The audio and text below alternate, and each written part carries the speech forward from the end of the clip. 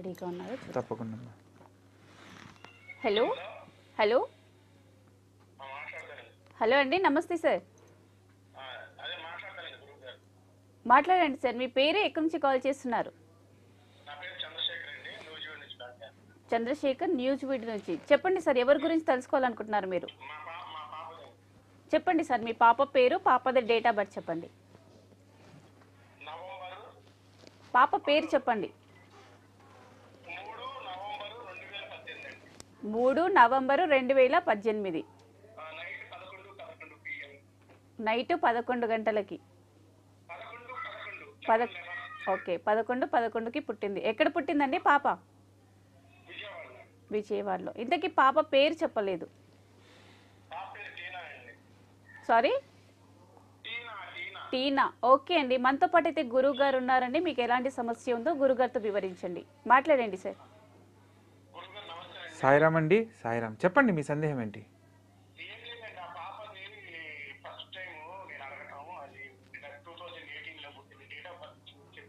తప్పకుండా అండి. ఉత్తర పలుగుని నక్షత్రం సింహరాశిలో పుట్టారు. ఉత్తర పలుగుని మొదటి పాదం, అవునా?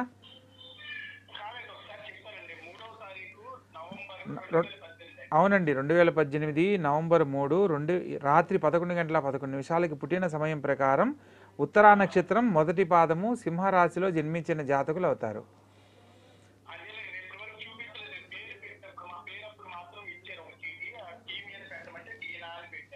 ఓకే ఓకే, మంచిదండి. యాక్చువల్గా మీకు చిన్న విషయం ఇక్కడ పొరపాటు అంటే మోటాటీటు అనే 4 పదాలు పుబ్బా నక్షత్రం సింహరాశి కింద వర్తిస్తాయి. ఇక్కడ ఉత్తరా నక్షత్రం మొదటి పాదం అని అంటే టే నక్షత్రంతో రావాలి పేరు. ఎందుకంటే ఇక్కడ సాయిరామ్ అండి, చెప్పండి.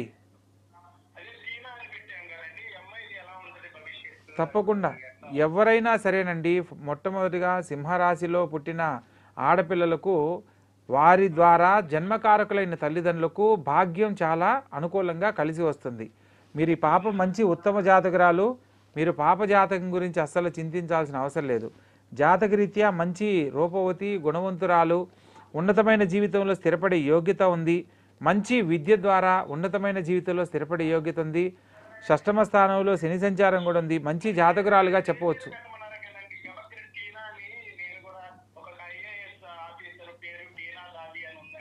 సంతోషం, సంతోషం అండి. పెట్టడం తప్పేం కాదు. కాకపోతే టే అనే అక్షరం మీద పేర్లు, ఈ టా గుణింతంతో వచ్చే పేర్లు తక్కువగా ఉంటాయి. కాబట్టి ఎవరైనా సరే ఇంటి దేవతకు సంబంధించి కులదేవతగా ఎవరినైతే ఆరాధిస్తారో ఆ దేవత యొక్క పేరును ముందు పెట్టుకొని కూడా నామకరణం చేసుకోవచ్చు, తప్పులేదు.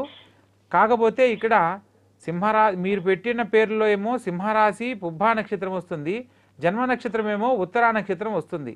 ఉత్తరా నక్షత్రం మొదటి పాదమైనా పుబ్బా నక్షత్రం 4 పాదాలైనా సింహరాశే కాబట్టి రాశి యొక్క ప్రభావం అనేది ఖచ్చితంగా ఉంటుంది. తండ్రికి భాగ్యం కలిసి వస్తుంది.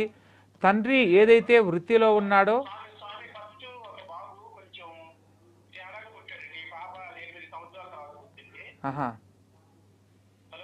చెప్పండి చెప్పండి, వింటున్నానండి.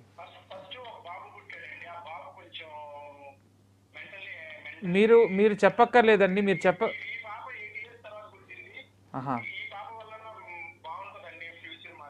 బాగుంటుందని చెప్పడానికేనండి నేను మీకు ఒక విషయాన్ని తెలియజేయాలి. మీ ఈ పాప జాతకంలో రాహుకేతుల మధ్య గ్రహాలన్నీ ఉన్నాయి. ఇవన్నీ ఏంటంటే వంశపారంపర్యంగా మీ పూర్వీకులు తెలిసి తెలియక చేసిన పొరపాట్ల వల్ల అవి దోషాలుగా ప్రతి సంతానంలో 4వ తరానికి దోషాలుగా వర్తిస్తాయి.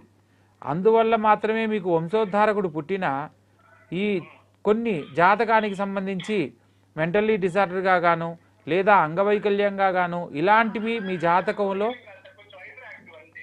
కుటుంబ సభ్యుల్లో ఎవరికైనా కలగవచ్చండి.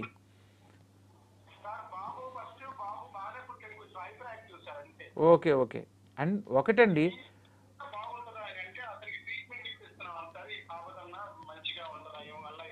అన్నీ బాగున్నాయండి. పాప జాతకం గురించి మీరు చింతించాల్సిన అవసరం లేదు. మీరు ఇచ్చిన జాతకంలో పాప మంచి యోగ జాతకురాలు, ఉన్నతమైన జీవితంలో స్థిరపడతారు. ప్రతి సంవత్సరం నాగుల చవితికి మీ కుటుంబ సభ్యులు తల్లిదండ్రులుగా ఉపవాసం కనుక ఉన్నట్లయితే పిల్లల భవిష్యత్తుకు సంబంధించి వాళ్లకు 12 ఏళ్ళు వచ్చేంత వరకు కూడా ఆరోగ్యరీత్యా కానీ కుటుంబ రీత్యా కానీ ఏ సమస్యలు లేని జీవితాన్ని పొందుతారు. 12 ఏళ్ల తర్వాత ఉన్నతమైన జీవితంలో అందరూ స్థిరపడడానికి అవకాశాలు ఏర్పడతాయండి. అన్నీ బాగున్నాయండి. ప్రభుత్వ సంబంధమైన ఉద్యోగంలో స్థిరపడే యోగ్యత కూడా ఉంది పాప జాతకంలో.